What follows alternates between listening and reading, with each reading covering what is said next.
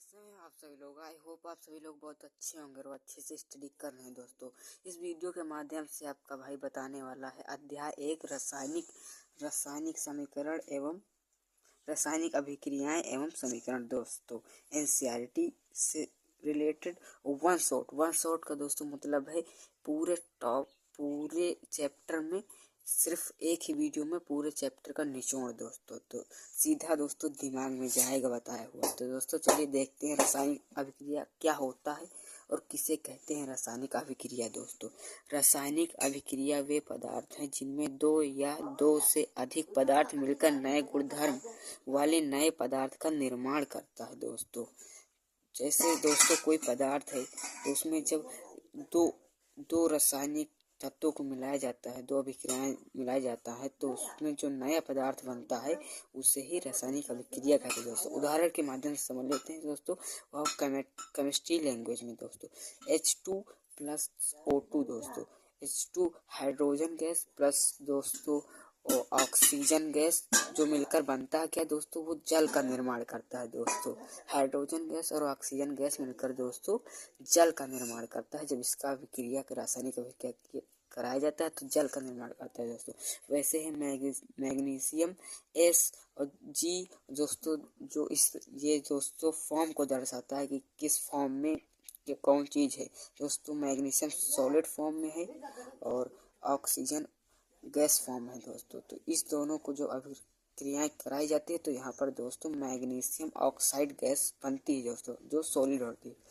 दोस्तों, यहाँ पर नोट का मतलब है रासायनिक अभिक्रिया को भौतिक विधियों से पलट नहीं सकते।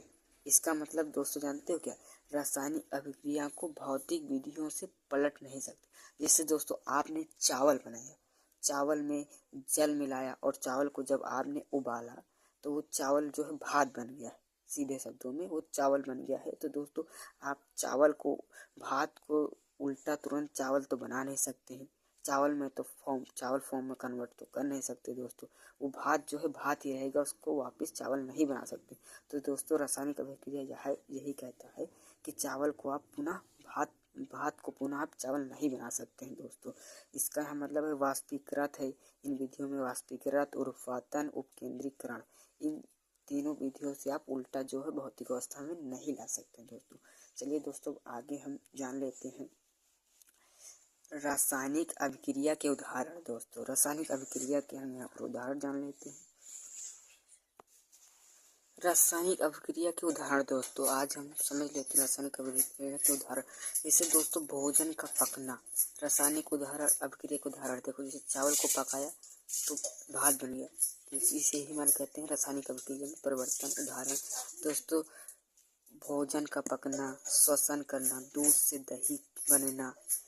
दोस्तों मोस्ट इम्पॉर्टेंट है, जैसे लोग कहते नहीं दूध से दही बनना कौन सा परिवर्तन, तो दोस्तों यहाँ पर रासायनिक परिवर्तन। दोस्तों, दूध से दही बनना। मैग्नीशियम मिश्रण को वायु में जलाने पर मैग्नीशियम ऑक्साइड बनना। दोस्तों, जैसे मैग्नीशियम है सॉलिड है प्लस ऑक्सीजन है, इसको जब दहन किया गया दोस्तों तो यहाँ पर मैग्नीशियम ऑक्साइड का निर्माण हुआ। दोस्तों, उत्पाद बना। दोस्तों आज आपने समझ लिया रासायनिक अभिक्रिया का उदाहरण। तो चलिए दोस्तों आगे समझते हैं। तो दोस्तों नेक्स्ट हमारा है रासायनिक अभिक्रिया के दौरान होने वाले परिवर्तन। दोस्तों, रासायनिक अभिक्रिया के दौरान कौन कौन से दोस्तों परिवर्तन होते, तो यहाँ पर होता है अवस्था में परिवर्तन होता है, रंग में भी परिवर्तन होता है और तापमान में भी परिवर्तन होता है, गैस का उत्सर्जन भी होता है। दोस्तों, ये इतने परिवर्तन होते हैं रासायनिक अभिक्रिया के दौरान। दोस्तों, और यहाँ पर नेक्स्ट हमारा है अभिकारक। दोस्तों, अभिकारक किसे कहते हैं, चलिए हम जान लेते हैं। अभिकारक वैसे पदार्थ को कहते हैं जो रासायनिक अभिक्रिया में भाग लेते हैं। दोस्तों, अभिकारक उसे कहते हैं जो रासायनिक अभिक्रिया में भाग लेते हैं, रासायनिक अभिक्रिया में जो भाग लेते हैं। दोस्तों उत्पाद किसे कहते हैं, उत्पाद वैसे पदार्थ को कहते हैं जिसका निर्माण अभिकारकों से मिलकर होता है।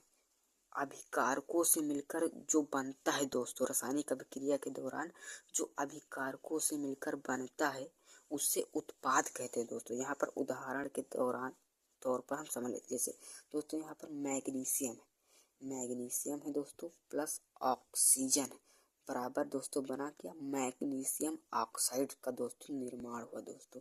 ये दोस्तों है, ये अभिकारक है दोस्तों, और ये दोस्तों ये अभिकारक है दोस्तों, और ये भी अभिकारक दोस्तों। यहाँ पर ये है उत्पाद जो बना, वो प्रोडक्ट, इसे उत्पाद दोस्तों। यहाँ पर रासायनिक समीकरण किसे कहते हैं दोस्तों, रासायनिक समीकरण दोस्तों किसे कहते हैं, रासायनिक समीकरण दोस्तों किसे कहते हैं, रासायनिक अभिक्रिया को रासायनिक समीकरण द्वारा निरूपित किया जाता है। रासायनिक समीकरण के अभिकारकों और उत्पादों में पदार्थ के प्रतीकों सूत्र का इस्तेमाल किया जाता है। प्रतीकों के साथ उनकी भौतिक अवस्था को भी दर्शाया जाता है दोस्तों। एग्जाम्पल के तौर पर हम समझ लेते हैं, मैग्नीशियम रिबन का वायु ऑक्सीजन में दहन कर मैग्नीशियम ऑक्साइड बनना दोस्तों। जैसे यहाँ पर ले लीजिए हम मैग्नीशियम जो सॉलिड है प्लस ऑक्सीजन ले लीजिए है, तो यहाँ पर जो जिसका दहन किया गया तो यहाँ पर मैग्नीशियम ऑक्साइड का दोस्तों निर्माण हुआ। ये दोस्तों अभिकारक है और ये उत्पाद है जो इनको जब रासायनिक समीकरण द्वारा जब अभिक्रिया किया गया तो यहाँ पर उत्पाद जो बना है मैग्नीशियम ऑक्साइड बना दोस्तों। तो दोस्तों नेक्स्ट हम समझ लेते हैं निम्न रासायनिक समीकरण को संतुलित करना दोस्तों। समीकरण को संतुलित कैसे किया जाता है दोस्तों, आज हम आपको बताने वाले हैं दोस्तों। जैसे दोस्तों यहाँ पर लिखा है हाइड्रोजन दोस्तों, यहाँ पर कितना हाइड्रोजन जब यहाँ पर कुछ नहीं होता तो एक माना जाता है। तो स्टूडेंट यहाँ पर हम देख लेते हैं, यहाँ पर जो है सोडियम दोस्तों एक है, अकेला है दोस्तों। यहाँ पर सोडियम भी, क्लोरीन दोस्तों यहाँ पर एक है, ये भी अकेला है दोस्तों। और आर्गन दोस्तों यहाँ पर अकेला है दोस्तों। फिर नाइट्रोजन भी दोस्तों यहाँ पर अकेला है, और NO ऑक्सीजन जो है यहाँ पर 3 है दोस्तों। तो इसमें भी देख लेते हैं, आर्गन अकेला है दोस्तों, और क्लोरीन भी अकेला है दोस्तों, और इधर देखते हैं सोडियम भी अकेला है दोस्तों, और नाइट्रोजन भी अकेला है दोस्तों, और ऑक्सीजन भी दोस्तों यहाँ पे 3। तो इसमें भी दोस्तों बराबर, और इसमें भी बराबर। ये दोस्तों पहले से संतुलित है तो इसमें कुछ भी नहीं करने का, ये संतुलित पहले से, तो यहाँ भी लिख देना कि ये संतुलित है, पहले से संतुलित है दोस्तों। तो दोस्तों नेक्स्ट पे चलते हैं हम लोग। तो दोस्तों हमारा नेक्स्ट क्या है, रासायनिक समीकरण को संतुलित करना क्यों आवश्यक है दोस्तों। जो हमने अभी पिछले संतुलित किया है उसको संतुलित करना क्यों आवश्यक है दोस्तों। चलिए हम देख लेते हैं। रासायनिक अभिक्रिया के पहले अभिकारक एवं उसके बाद उत्पाद प्रत्येक पदार्थों के परमाणुओं की संख्या बराबर होनी चाहिए दोस्तों। जो हमने अभी संतुलित किया है ना, तो पहले वाले अभिकारक होता है दोस्तों, जो सेकंड में जो अभिक्रिया के दौरान जो हो जाता है तो उसे उत्पाद कहते हैं। तो दोनों के परमाणु जो है वो बराबर हैं या नहीं, इसलिए संतुलित किया जाता है दोस्तों। और इससे दोनों तरफ द्रव्यमान भी बराबर हो जाएंगे, द्रव्यमान भी दोस्तों इसके दोनों तरफ बराबर हो जाएंगे दोस्तों, इसीलिए संतुलित किया जाता है। नेक्स्ट दोस्तों हमारा क्या है, रासायनिक अभिक्रिया के प्रकार। रासायनिक अभिक्रिया कितने प्रकार के होते हैं दोस्तों। तो यहाँ पर पहला है रासायनिक अभिक्रिया संयोजन अभिक्रिया है पहला दोस्तों। सेकंड हमारा है वियोजन अभिक्रिया। थर्ड हमारा है विस्थापन अभिक्रिया। फोर्थ हमारा है द्विविस्थापन अभिक्रिया। और फाइव्थ हमारा है अपचयन और उपचयन रेडॉक्स अभिक्रिया दोस्तों। इस अभिक्रिया के बारे में हम बताएंगे। जब अपचयन और उपचयन जब दोनों साथ होते हैं तो रेडॉक्स अभिक्रिया होते हैं, इसके बारे में भी हम बताने वाले हैं। तो दोस्तों हम पहली अभिक्रिया को जान लेते हैं, संयोजन अभिक्रिया। इस अभिक्रिया में 2 या 2 से अधिक अभिकारक मिलकर एक उत्पाद का निर्माण करता है दोस्तों।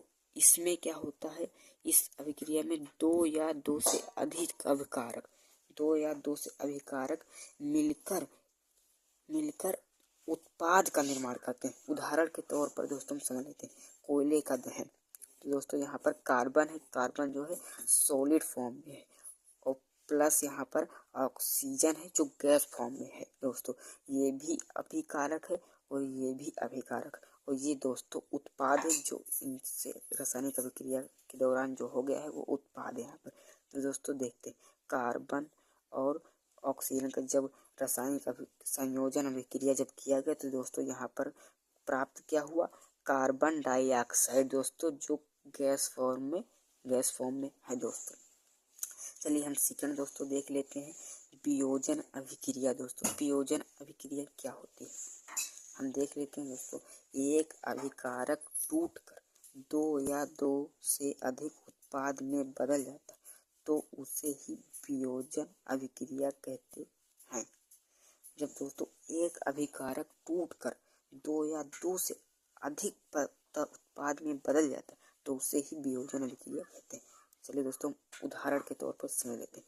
जैसे दोस्तों CaCO3 ये दोस्तों गैस फॉर्म में, कैल्शियम कार्बन डाइऑक्साइड ये दोस्तों गैस फॉर्म में है, तो इसे ऊष्मा जब किया गया अभिकारक तो यहाँ पर प्राप्त क्या हुआ दोस्तों, कैल्शियम ऑक्सीजन सॉलिड फॉर्म में है plus carbon dioxide gas form में दोस्तों ये उत्पाद के रूप में प्राप्त हुआ दोस्तों। तो चलिए हम दोस्तों नेक्स्ट अभिक्रिया को देख लेते हैं।